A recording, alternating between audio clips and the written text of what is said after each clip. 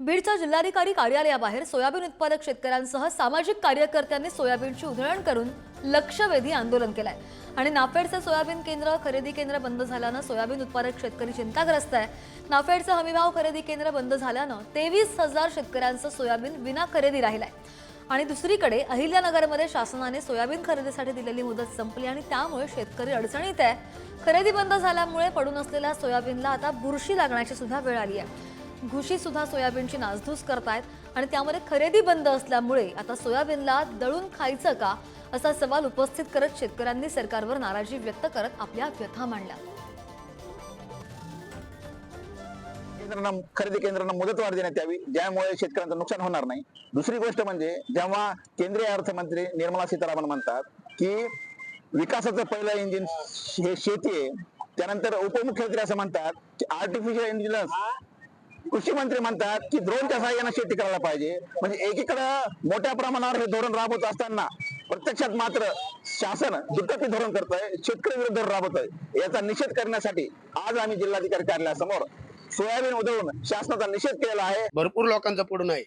माझ्याकडे वैयक्तिक 90-95 कट्टे म्हणजे 60 क्विंटल 1% सोयाबीन आहे माझ्याकडे आता पडलेल्या सीड मध्ये।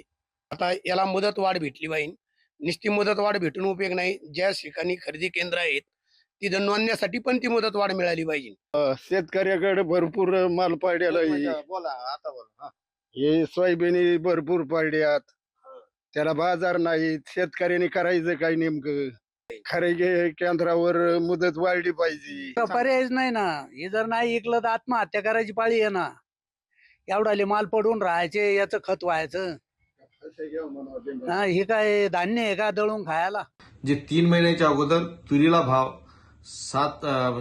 12,000 ते 11,000 ते 12,000 होता, आज मार्केटात हमीभावापेक्षा कमी म्हणजे 7,100 ते 7,000। आणि या संदर्भात शेतकरी अडचणीत असताना केंद्रीय कृषी मंत्री शिवराज सिंग चौहान यांनी मोठा निर्णय घेतलेला आहे। महाराष्ट्रामध्ये सोयाबीन खरेदीला 24 दिवस मुदतवाढ दिली आहे। केंद्र सरकारने भुईमुग आणि सोयाबीन खरेदीची मुदतवाढ केली आहे आणि महाराष्ट्रात 24 आणि तेलंगणा राज्यामध्ये 15 दिवस सोयाबीन खरेदीला मुदतवाढ मिळालेली आहे।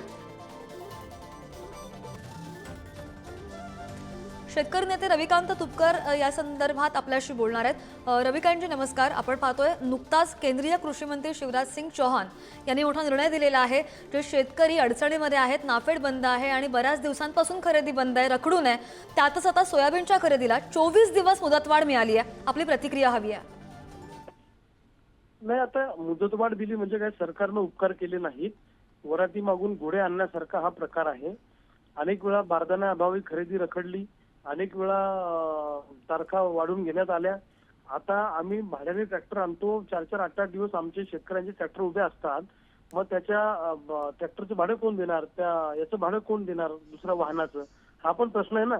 आणि मुळामध्ये खरेदी केंद्र म्हणजे खरेदीला मुदतवाढ द्यावी असं आमचं म्हणणं आहे। शेवटच्या दाण्यापर्यंत त्यांनी खरेदी करावी आणि दुसऱ्या बाजूला त्या नाफेडच्या खरेदी केंद्रावर प्रचंड मोठ्या प्रमाणामध्ये भ्रष्टाचार होतोय।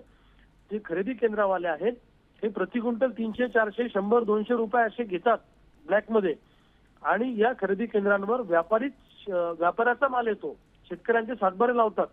अशा पद्धतीनं मोठ्या प्रमाणामध्ये भ्रष्टाचार नाफेडच्या खरेदी केंद्रावर होतो। याच्याकडे लक्ष देणं आवश्यक आहे। नुसतंच खरेदी करून चालणार नाही आणि 4892 रुपये भाव आम्हाला परवडत नाही। त्यामध्ये प्रति क्विंटल 2,000 किंवा 3,000 रुपये बोनस सरकारने आम्हाला दिला पाहिजे, भाव फरक दिला पाहिजे, अशी आमची मागणी आहे। सरकारने उगीच काय असं दिंडोरा पिटण्याचं कारण नाही की आम्ही मुदतवाढ आणली, पण तिथे शेतकऱ्यांचा माल किती खरेदी होतो आणि व्यापाऱ्यांचा माल किती खरेदी होतो याचं ऑडिट केलं पाहिजे, अशी आमची मागणी आहे।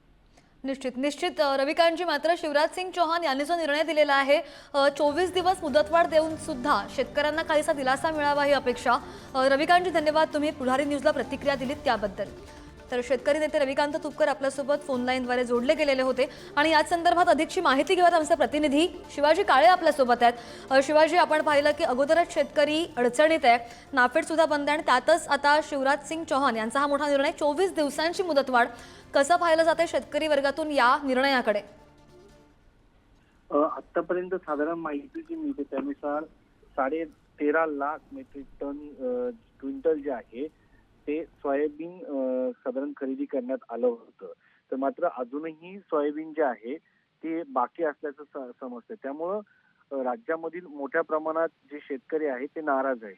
एकंदरीत जर पाहिलं तर सध्याची परिस्थिती अशी आहे की नांदेड जिल्ह्यामध्ये साधारण 14 लाख सोयाबीन आपल्याला पाहायला मिळालं. तर एकंदरीत जर पाहिलं तर शेतकऱ्यांचं मोठा नुकसान झालेलं आहे. एक तर सोयाबीनला म्हणावा तेवढा भाव पाहायला मिळत नाही. 4,200च्या आसपास हा भाव आहे. एक काळ असा होता की सोयाबीनच्या किमती ज्या होत्या त्या 10,000पर्यंत जाऊन पोहोचलेल्या होत्या. त्यामुळं शेतकऱ्याला एकीकडे भाव मिळत नाही, मात्र आहे ते सोयाबीन सरकारने खरेदी करावं यासाठी विनवण्या करावं लागत हो नाही होत्या. बरोबर, पण महाराष्ट्रामध्ये आता सोयाबीन पडू नये, पण 24 दिवस आता मुदतवाढ दिल्यानंतर तरी सोयाबीन खपेल अशी अपेक्षा. शिवाजी, धन्यवाद दिलेल्या सगळ्या सविस्तर माहितीसाठी.